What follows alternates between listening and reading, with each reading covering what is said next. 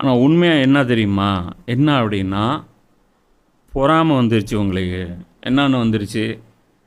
உம்முடைய இறைவனிடமிருந்து அளவில் இறக்கி வைக்கப்பட்ட இந்த வேதம். இந்த வேதத்தை நான் உனக்கு இறக்குனேன்ல, இதுக்கு முன்னாடி அவங்களுக்கு தான் தொடர்ச்சியாக இறங்கிட்டு இருந்துச்சு. இப்போ அங்கே நின்றுச்சு. ஈசா நபி காலத்துலேருந்து 600 வருஷம் அவங்க உட்காந்து எதிர்பார்த்துட்டே இருக்காங்க. ஒரு இறை தூதர் வரணும் வரணும், பெண்டிங்கில் ஒரே ஒரு இறை தூதர் வரணும்.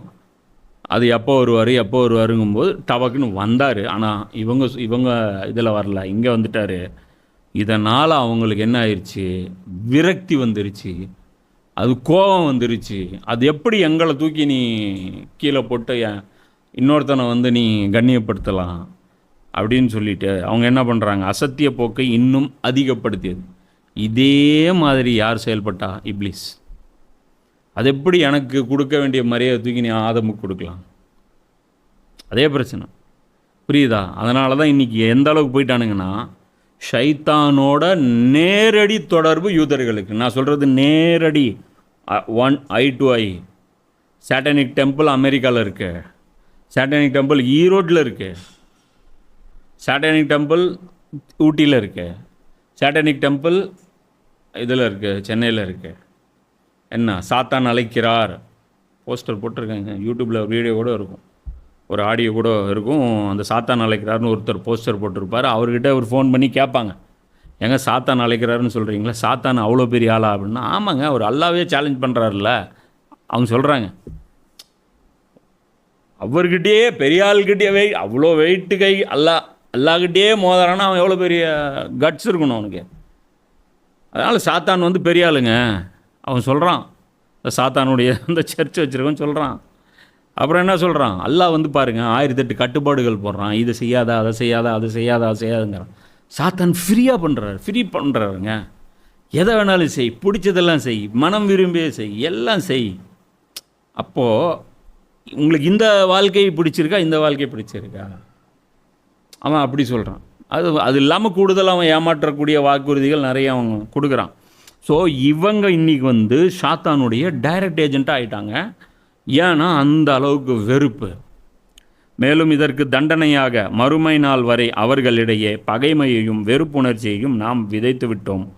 போர் நெருப்பை அவர்கள் மூட்டும் போதெல்லாம் அல்லாஹ் அதனை அணைத்து விடுகின்றான். அவர்கள் பூமியில் ஃபசாதை பரப்ப முயற்சி செய்கிறார்கள். ஆனால் இத்தகைய ஃபசாத் செய்பவர்களை அல்லாஹ் ஒருபோதும் நேசிப்பதில்லை. அப்போ இவங்க என்ன பண்ணுறாங்க? முஸ்லீம்கள் மேலே கடுமையான ஒரு வெறுப்பில் இன்றைக்கி இருக்காங்க. இன்றைக்கி நேத்தன்யாவு எடுத்துக்கோ, சைத்தானு. நேத்தன்யாவுக்கு அவங்க ஊர்லேயே பேர் என்னென்னா நேத்தன்யாவு இல்லை, சேட்டன்யாகு அப்படிமா. அது ஆனால் அவங்களுக்கு என்ன அப்படின்னா, எப்போ பாரு சண்டை மூட்டணும், போர் மூட்டணும். பத்ரு போர்லேயும் உஹது போர்லேயும் எல்லாத்துலேயுமே பார்த்தீங்கன்னா இவங்களுடைய கான்ட்ரிபியூஷனும் இருந்துக்கிட்டே இருந்துச்சு. அதான் அல்லாஹ் சொல்கிறான், இவங்க போர் மூட்டை நினச்சிட்டே இருக்காங்க, ஆனால் நான் என்ன தானே பண்ணுறேன், அணைச்சி விட்டுறேன். இவங்க பிளான் பண்ணிட்டே இருப்பாங்க, இந்த போர் இப்படி போட்டு ஈரானுக்கும் அமெரிக்காவுக்கும் எப்படியாவது சண்டை வந்துடணும். அல்லாஹ் என்ன பண்ணுவான்? பைடன் தூக்கிட்டு ட்ரம்ப் உட்கார வச்சு எப்படியாவது உக்ரைனுக்கு ரஷ்யாவுக்கு சண்டை வந்துடணும், அதில் வந்து நாம் வந்து குளிர் காயணும் அப்படின்னு நினச்சிட்டு இருப்பான். அப்போ இது நடக்கணும். அல்ல என்ன பண்ணிட்டான்? பாலிசி மாற்றிட்டான். நீங்கள் உட்காந்து ஒரு டேபிள் உட்காந்து பேசுகிறாங்க, புரியுதா? அதே மாதிரி எல்லாம் அது அல்லாஹ் வந்து என்ன பண்ணுவான்? மாற்றிட்டே இருப்பான். இத்தகைய ஃபசாத் செய்பவர்களை அல்லாஹ் ஒருபோதும் நேசிப்பதில்லை. இப்போ பூமியில் ஒரு விஷயம் புரிஞ்சுக்கோ, 2 நிர்வாகம் இருக்குது. ஒன்று அல்லாவுடைய நிர்வாகம், அது வந்து எல்லா டைமும் அல்லாவுடைய கையில் தான் இருக்கும். மழை பெய்கிறது, புரியுதா? விளைச்சல், பூமி விளைச்சல் கொடுக்கறது, அதே மாதிரி சூரியன் வர்றது, காற்று வீசுவது, புயல் அடிப்பது, இது எல்லாமே அல்லாவுடைய சிஸ்டமேட்டிக் உள்ளே நடந்துட்டுருக்கும். இன்னொரு நிர்வாகம் இருக்குது, இது வந்து ஆலமே தக்வீன் அப்படிம்பாங்க. இது வந்து இதில் யாரும் ஒன்றும் கிழிக்க முடியாது. சூரியனை எல்லாரும் வந்து ஒரு நிமிஷம் நிறுத்தவும் முடியாது, அதை வந்து அதுக்கு ஒரு ஃபில்டரும் போட முடியாது.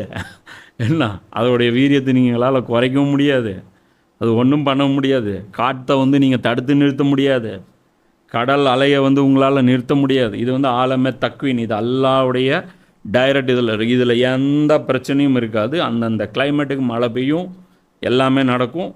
இது அல்லாஹ்வுடைய இதில் இருக்கும்.